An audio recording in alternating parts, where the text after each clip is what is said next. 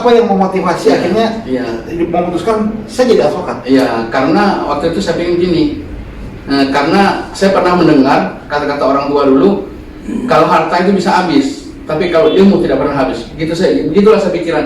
Karena 98 harta saya habis, toko saya habis, kebakaran di jalan. Jarang habis. Oh gitu. Habis kebakaran. Disitulah saya mulai kuliah itu tahun 2001 di.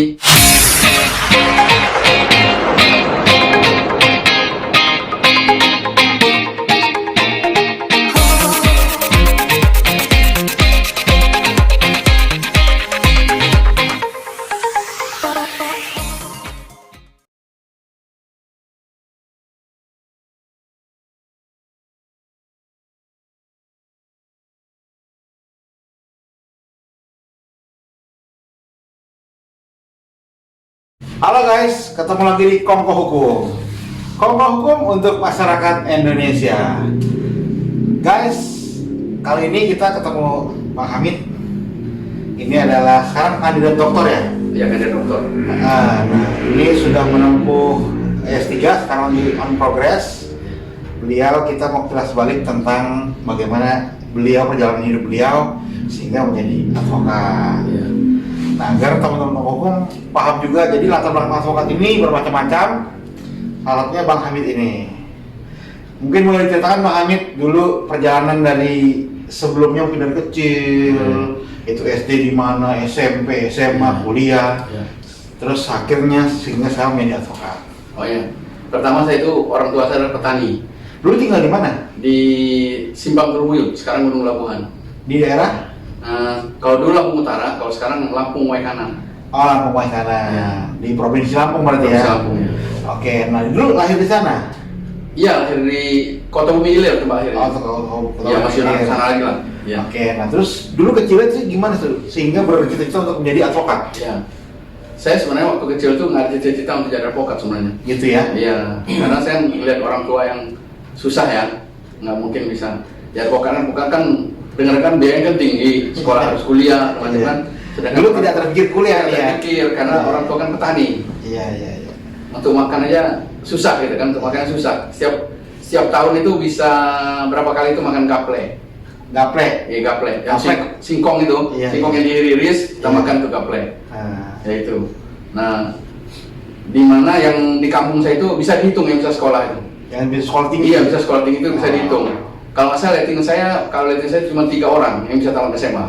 Oh gitu, sebelumnya nggak tamat SMA? Nggak ada, jadi paling tamat SD, SMP, karena emang lingkungannya petani semua.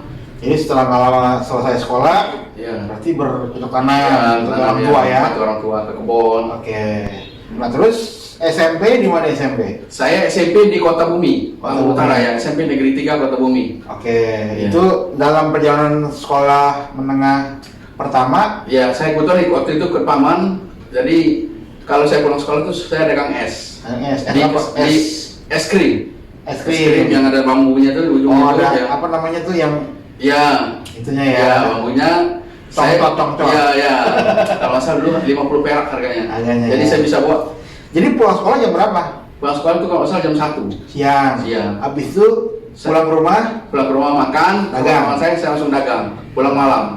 Ya menjelang maghrib lah ya. Saya dagangnya di stasiun Kota Bumi, terus di kereta ekspres ya kan.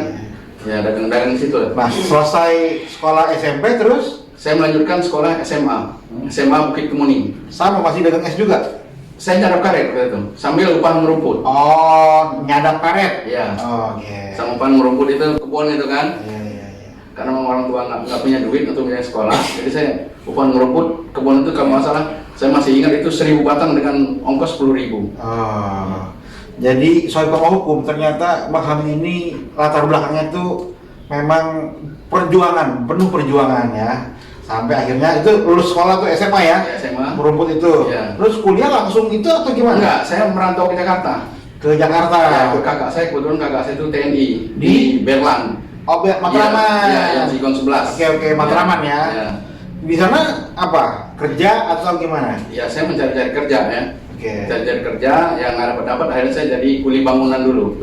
Kuli bangunan ya. Bangunan. Kurang lebih dari tahun 89 sampai 90. Setahun ya. Bangunan ya. Nah, untuk menyambung hidup lah. Iya. Karena saya ngontrak juga, saya nggak ikut kakak saya. Setelah ikut kakak, akhirnya ngontrak sendiri. Ngontrak sendiri.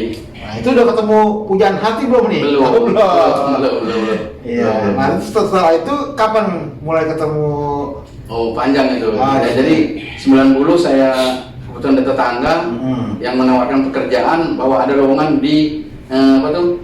Depstur namanya Borobudur. Oh, departemen store. Ya, di Blok M. Oke. Nah, kebetulan saya ngelamar dari 30 orang yang diterima kalau saya 6 Oh, orang. seleksi Itu saya ya. seleksi. Saya diterima. Akhirnya saya tidak kerja bangunan lagi itu. Udah selesai kerja bangunan. Saya kerja bangunan, saya kerja di Departemen SPG. store, SPG. SPB. SPB ya? Kalau Ya, G itu wanita. Ya, ya, SPB ya. Kalau laki-laki B, Ya, boy. boy, ya, Oke. benar. Kurang lebih saya 6 bulan. 6 bulan ya. Ya. Akhirnya saya kenal lagi, saya pindah di Pasaraya. Blok M. Blok M. Oke. Pasaraya Blok M.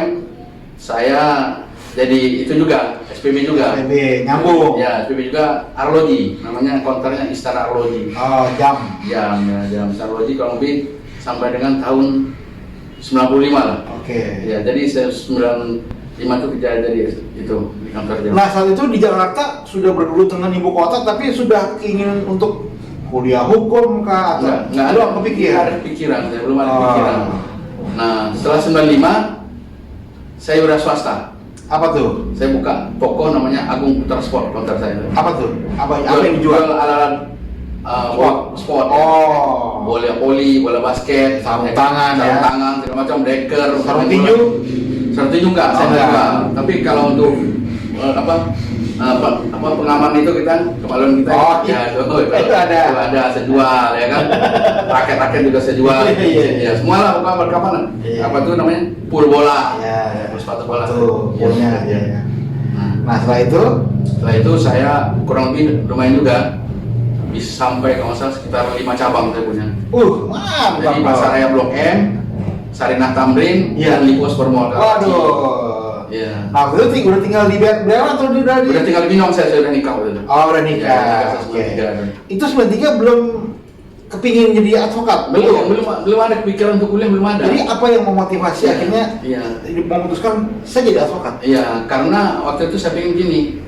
Karena saya pernah mendengar kata-kata orang tua dulu, kalau harta itu bisa habis, tapi kalau ilmu tidak pernah habis. Begitulah saya pikiran.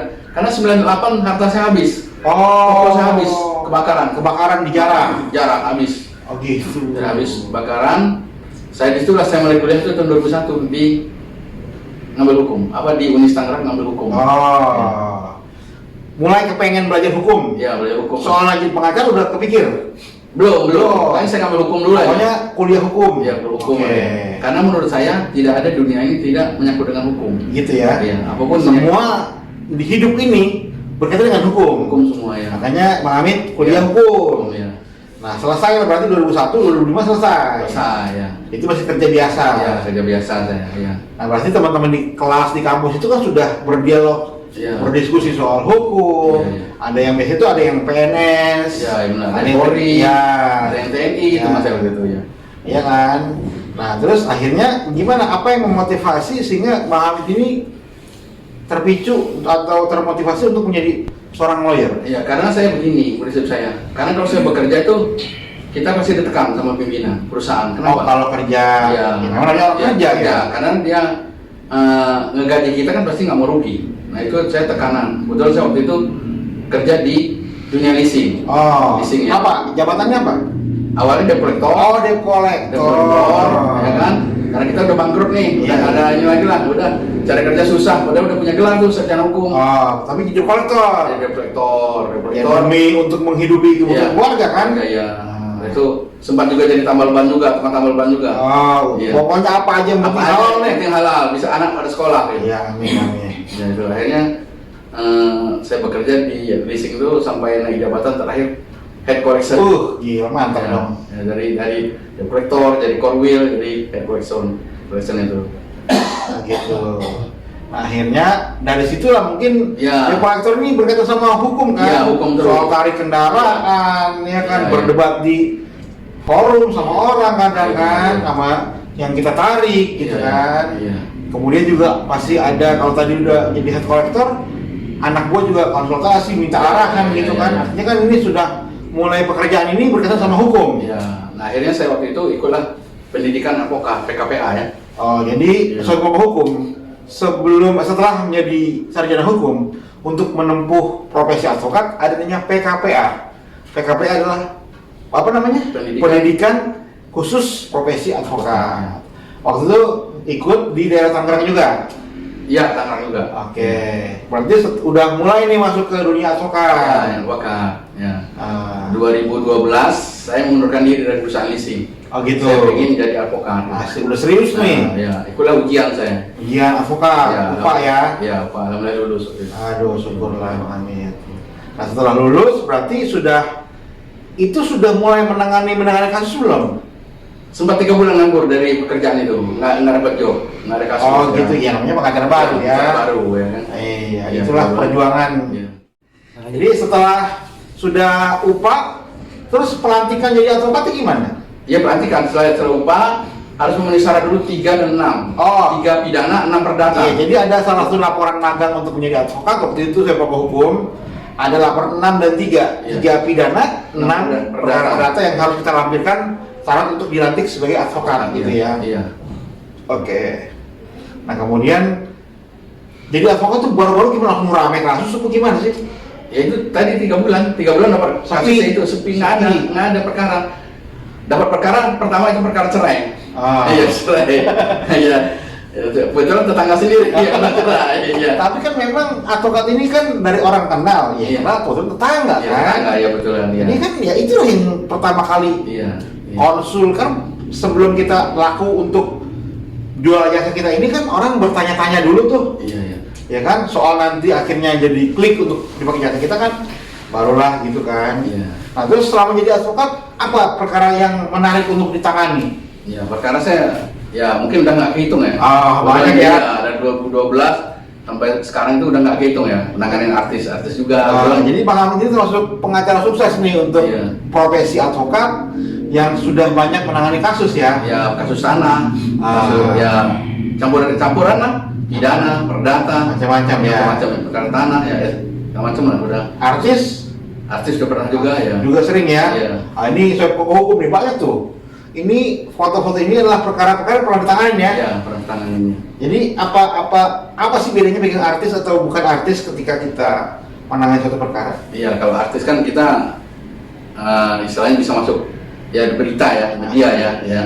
Kita bisa dikenal orang, ya kan? Bisa sebagai motivasi juga lah orang. Oh untuk memakai jasa kita kan mungkin sudah tidak ragu lagi, ya kan? Sudah tangani artis. Ya, karena kan ya kan namanya kita berarti udah dipercaya oleh artis kan orang-orang publik ya. Jadi kan kita ya orang lebih percaya lah.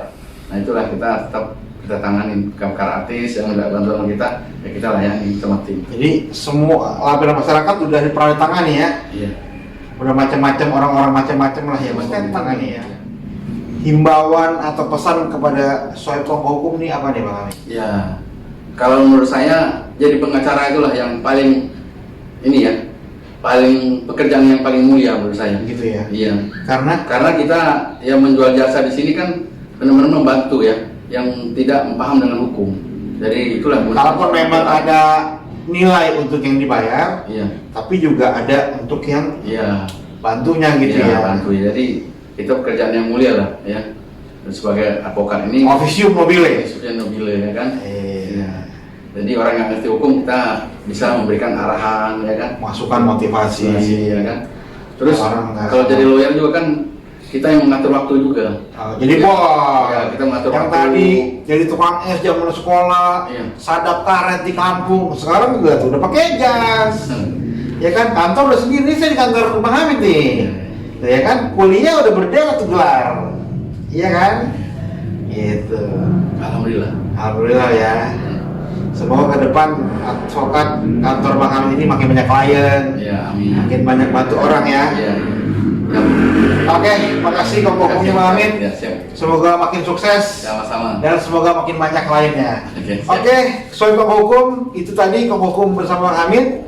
Semoga Bang Hamid makin banyak bantu orang dan kliennya makin banyak dan kantornya makin bagus. Oke, soal hukum, thank you. Dan jangan lupa like, comment, share, and subscribe, dan nyalakan lonceng notifikasi untuk update video Kongko Hukum berikutnya. Dan apabila ingin bertanya, silakan di kolom komentar. Oke, thank you.